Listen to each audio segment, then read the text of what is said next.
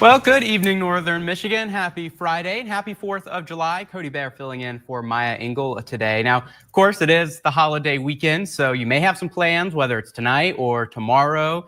Might be fireworks involved. So we're going to bring in our meteorologist, Joe Charlevoix. If you do plan to go see some fireworks tonight, are the skies going to be clear for them? Yeah, a few clouds drifting through, but here's the good news. There's not going to be any rain anywhere. Yeah.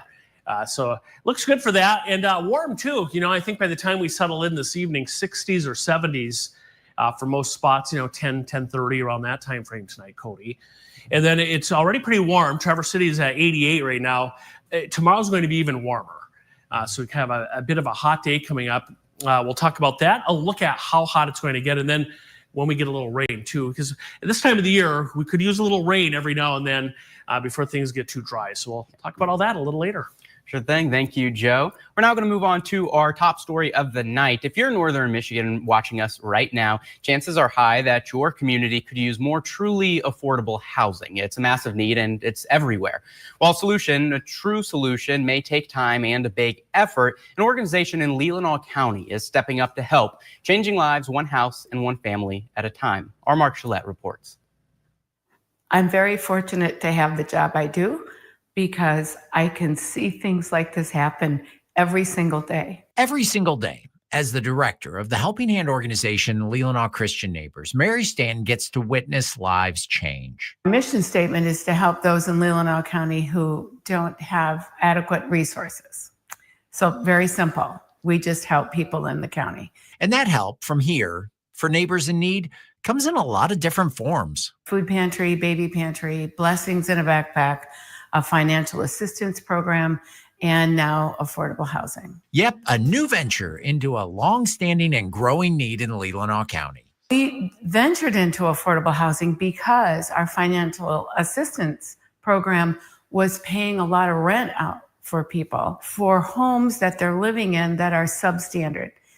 They're getting sick. They have black mold problems. They're getting an immune disease because of them. And so we wanted to make a difference in that area. So last year, they bought a house across the street from their Lake Leelanau campus and turned it into an affordable rental to address a common challenge in these parts. It's huge because you talk to business owners and others, they're having trouble finding employees because employees can't afford to live here. And so they drive 40, 50 miles to work here. And by having something like this where they can live in the community and be part of it and then work and so forth, it's huge. As the president of the board, Charlie Bum saw the difference one house made for one family. When I joined the board 6 years ago, and they said, we think we could do something in affordable housing. And first was kind of advocating. And then we got in a financial position where we could do something and really help. And thanks to tremendous support from the community, this week they were able to stretch that help a little farther. Well, we just closed on 2 houses, so that's been very exciting. The for sale signs still in the yards of the 2 Maple City homes, but Leelanau Christian Neighbors now owns them. One house is a 2-bedroom, 2-bath house. It's just as cute as a button. And when we saw that house, we took a drive through the neighborhood and we saw this one, which is a 3-bedroom, 2-bath house. So we thought, well, we should buy them both. And they did. Makes me proud to be part of an organization who makes this happen and makes it available to the people who don't have a choice to live in a house like this. Soon, qualified renters will have a truly and remarkably affordable place or 2 to call home. We will make it affordable. We want people who are renting these homes to be able to save for the future. We don't want them to take every dime and put it into a place that they are living. These just the latest way the folks here are stepping up once again, seeing a desperate need, and instead of just talking about it, actually providing a solution. One life, one home at a time. I would hope so. Yeah. I think LCN is doing an amazing job of not only running successful programs, but really always keeping in mind the people that we serve and how what we do makes them feel, how it makes a difference in their life. Thanks to Mark Gillette for that story. While the properties are now owned by Leelanau Christian Neighbors, Homestretch will be managing it and working through the financial details of rent with applicants. Now looking to tomorrow, the Regan family, founders of the nonprofit More Than Four Foundation, dedicated to raising awareness and funding for childhood cancer research, will be the 2025 Grand Marshals of the DTE Energy Foundation Cherry Royale Parade again tomorrow. So to talk a little bit about, this foundation and of course the parade and their spot in it tomorrow, we're going to invite Sarah Regan, one of the founders of this foundation, onto the show to join us again to talk a little bit about this. Sarah, thank you so much for joining us. Hey, thank you so much for having me. Yeah, of course. And I want to talk a little bit about the foundation, but if it's okay, can we, kind of take a step back and talk a little bit about how the foundation came about and you and your family's story? Yes. So back in 2019, our son was diagnosed with a very aggressive form of brain cancer. And it's been a long journey, but he just turned 6 in May, and we've had ups and downs. But what we learned over the course of battling this brain tumor is that we wanted to give back, and there are areas in which are very underfunded. And so we came to a point where we knew that the community wanted to help our family, and more importantly, wanted to help other families that were going through a similar cancer journey. And so that's where the idea of More Than Four Foundation came along. Yeah, absolutely. And you said 2019? 2019 was when he was diagnosed, and he's still fighting after 7 brain tumor reoccurrences. He's still fighting this cancer, but he's a warrior. Yeah, for sure. And now you have this foundation where you're helping other families that are in that same spot. Can you tell me a little bit about what the foundation looks like today? Yes. So we started the foundation last year in 2024 when we felt like we were finally able to give back to the cancer community. And what we learned is that the childhood cancer research is very underfunded, and historically only 4% of government funding for cancer research goes to pediatrics. And we thought that the kids deserve more than 4%. And so that's where our More Than Four Foundation came from. And we're just dedicated to raising money to give back to the researchers and the doctors that are trying so hard to make a difference. Yeah, and can we talk a little bit about, what are some of the things the foundation does? I know last year, the 5.04K race to help raise money. Can we talk a little bit about, some of the things that you guys do as a foundation to help raise that money? Yeah, so our first event, which was a great success, was last September 21st, and we had a 5.04K and right in downtown Traverse City. We ended up raising over $145,000 just with all of the different runners and donations that poured in, and that blew us away. We were not anticipating that number. And so that was our first big event. And then just this last May, we had a week-long online auction where we had a variety of different items and things to bid on. And we did wonderful there too and raised almost $20,000, just over $17,000.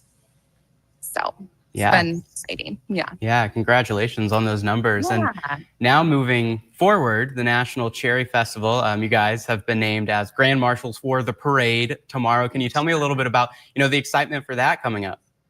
Yeah, we're very excited. We feel so honored. We're really just a normal family that, everyone has a journey, and ours is tough. There's other tough journeys out there. And so we can just be a face for other families that have gone through hard things and remind them that they're not alone and they can turn a hard situation into something better by giving back. That's kind of our hope. Yeah, and can you tell us a little bit about how that conversation came about? Did they reach out to you guys and ask, do you want to be the Grand Marshals? Yeah, it was quite a surprise. They just kind of gave us we had a little heads up with the text that we had an important Zoom call, and we didn't really know what to expect, but we got on and they asked us to be the Grand Marshal, and we were just honored. I mean, again, just that everyone would recognize Connor's story and our family's story and then want to support our foundation. It means so much to us, and we're just hoping to make a small difference in this cancer community. Yeah, and you just talked about, how it means so much to you guys. When you see, you guys have this success when you hold these events, and I think people are really inspired by you guys and donate. How much, can you kind of try to put it into words, how much that does mean to you guys when you see the community come around and help in the way that they do? It's just amazing. It really leaves me speechless. And I've been on the receiving side of things for so long, since 2019. And the community has held our family up. And now to see them support us as we kind of open the doors to give back to more kiddos that are fighting this awful disease, it leaves me speechless. And we've already been able to hand over $100,000 to the Pediatric Neuro-Oncology Consortium, and we helped fund a trial and for 10 children. And then we've also given $25,000 to the labs at University of Michigan Children's Hospital.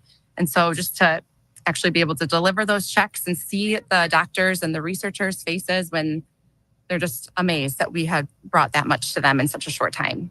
Yeah, and the National Cherry Festival staff, when kind of announcing that you guys would be the Grand Marshals, put in a quote and called your family's work a powerful example of turning personal adversity into a force for good. Can you take us into that moment of how do you do that? You know, how do you have this moment of adversity and still say, hey, we're going to make it something, you know, as they said, a force for good moving forward to help others? I think it takes time. I know certainly when we first had learned of his diagnosis, we were in no place to give back. We just had to survive and get through it day by day. And it was okay to be on that end of things. And as we walked this long journey and we experienced so many different things and talked to so many different doctors who just gave their lives to try to fight pediatric cancer, but found that there was really no funding available for some of these trials that were just on the brink, we just felt it in our hearts that we knew we needed to give back in some way. And we knew that the community had helped us financially and when we needed it most. And so we thought they would probably want to help other kids and make a bigger impact. Absolutely. And before we let you go here, if people are watching and they want to help, how can they help the foundation?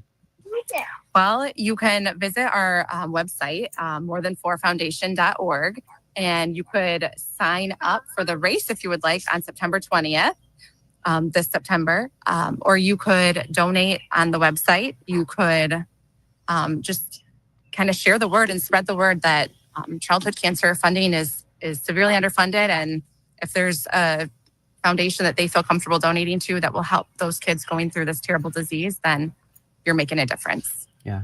Well, Sarah, thank you so much for joining us on the show today. Yes, and we look forward to seeing everyone and seeing Connor. You'll see him up there in the front of the parade. Yeah, absolutely. Thank you. Sarah Regan, More Than Four Foundation founder. And as she mentioned, you can see them, the entire family, in downtown Traverse City at 11:15 a.m.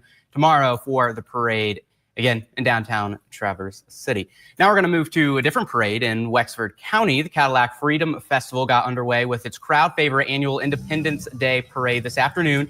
In keeping with years past, veterans and military lead the way as crowds lined Mitchell Street.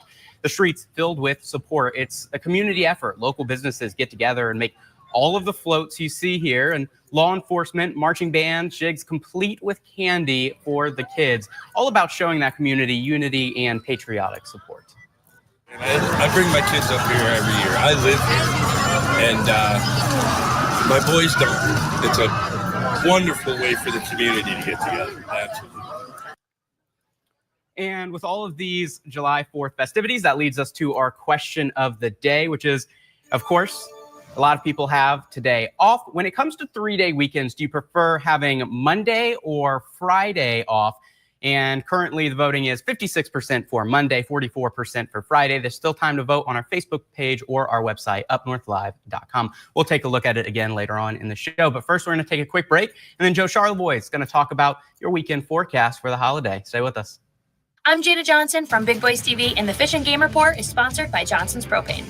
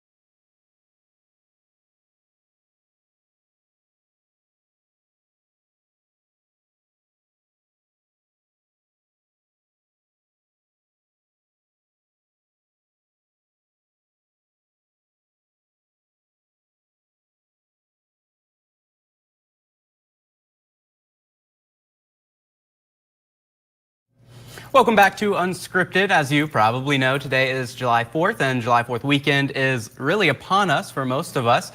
So, Joe, if you plan to go out to celebrate the holiday weekend, what can you expect weather-wise? Yeah, well, so far so good today. We did have early in the day around Ludington, a couple showers this morning, but it's been a nice one, and it looks good this evening for the fireworks tonight. And then tomorrow, of course, it's Saturday.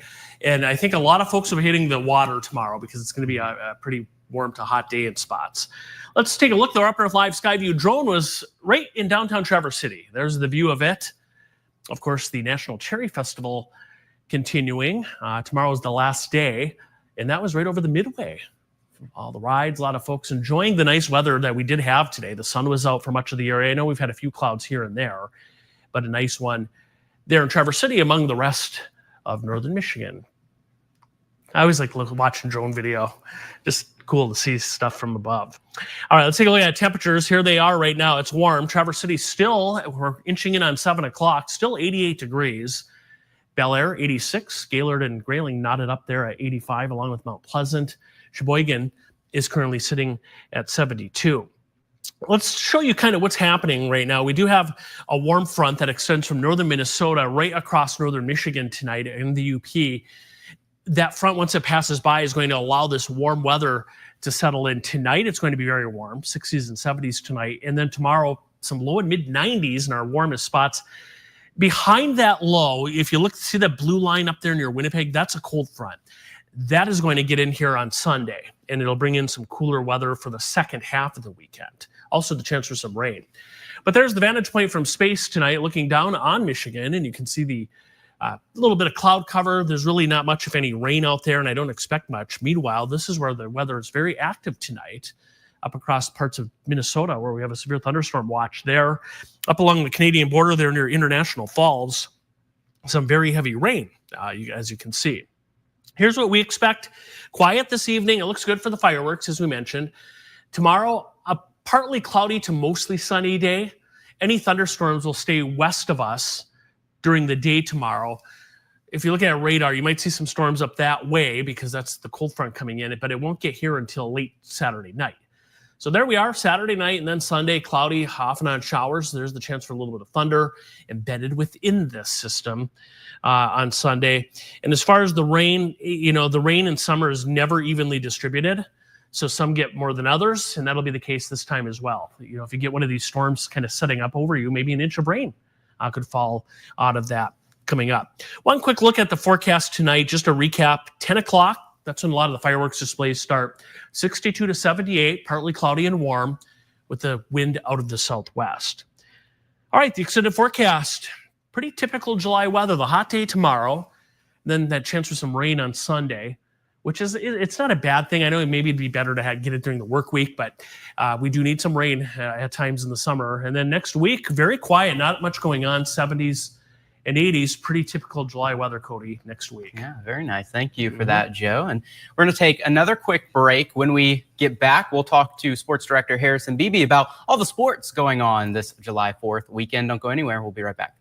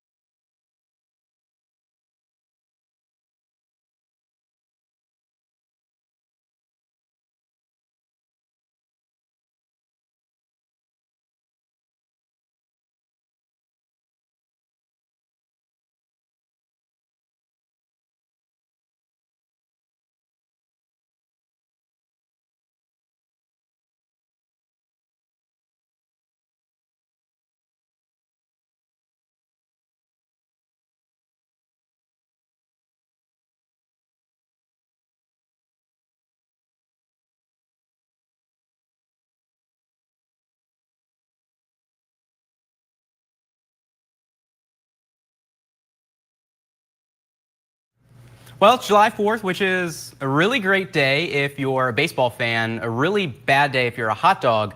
Let's talk to Harrison Beebe a little bit about both maybe some hot dogs and some baseball this weekend. Cody, maybe from the perspective of the hot dog, they actually want to be consumed, so maybe it's a good day for them. Might be an honor. Could you imagine being the hot dog that gets chosen to be in? They're on national TV, yeah, right? Yeah. Do you want to start with that? It's fair. That's big time. That's big time. So Joey Chestnut, he's back. He was banned last year. Probably destroyed the ratings for the hot dog eating contest. You have people throw around the term GOAT all the time. How is Joey Chestnut not the GOAT of competitive eating? Yeah, Michael Jordan's great. Tom Brady's great. Joey Chestnut is the best to ever do his sport. I'm using quotations just to be friendly, but I wouldn't want to eat 71 hot dogs in 10 minutes, and that's what he did today. Yeah. How many hot dogs do you think you could eat in 10 minutes? You know, I was going to ask you the same question, so, like, good reading you back and forth. You know, I gave it a lot of thought. I think in 10 minutes, I've done 3 before. I think maybe I could attempt close to 4, but I have a feeling that's where I just really – we did a donut eating contest back in high school, and you had to do it all day. I got about 10 in out of 12. That was the goal in 7 hours, and that was pretty tough, and that was a full day. How about you? How many hot dogs you got in 10 minutes? Once I get to 3, I'm slowing down. Okay, so you and I together, we'd get like 6.5. Good to know. Baseball going on as well. That other sport you touched on, Tigers, Guardians. Strange that Tigers lost 2 of 3 with the Nationals the last few days, but hopefully they can right the ship. Visiting Cleveland tonight, Guardians 12.5 back in the division, and the Pittsburghers and Kalamazoo Growlers already in the second inning down there in Kazoo. So we got a couple baseball scores to monitor for the evening on an otherwise somewhat slow sports day for the 4th of July. Awesome. Well, thank you very much, Harrison. We're going to take our final break of the show. And then once we get back, we'll take one more look at our question of the day today. Don't go anywhere.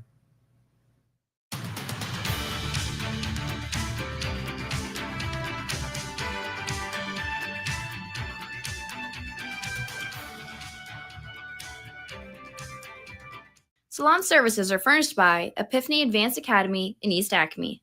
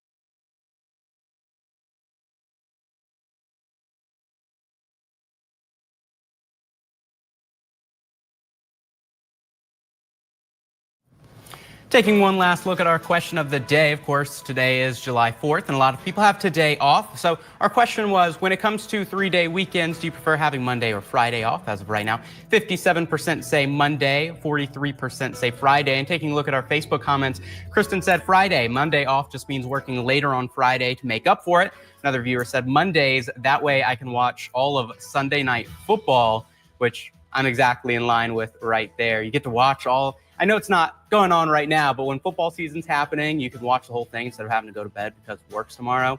I'm right there with you. I enjoy having that day off as well. Thank you for commenting and thank you for voting. And of course, thank you for watching Unscripted with us today. Have a great weekend.